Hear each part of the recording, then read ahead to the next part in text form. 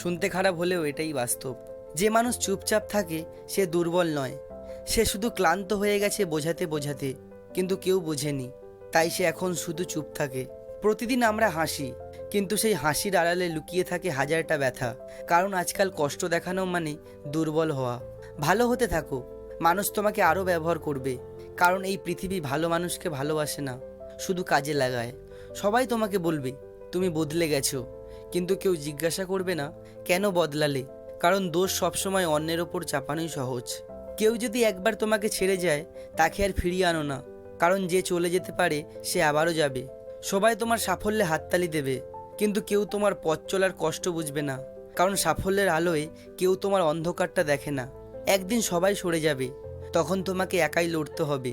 তাই এখন থেকে একা চলা শিখে নাও, কারণ শক্ত মানুষরাই একা হাঁটে।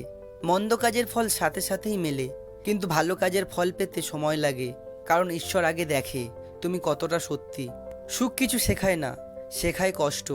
যেদিন তুমি ভেঙে পড়বে সেদিনই আসলে তুমি নিজেকে চিনবে। তুমি যতই বড় হও না কেন, একদিন সবাই ভুলে যাবে তোমাকে। তাই এখন যাদের জন্য বাঁচছো একবার ভেবে দেখো, সত্যি তারা কি তোমার জন্য ভাবে?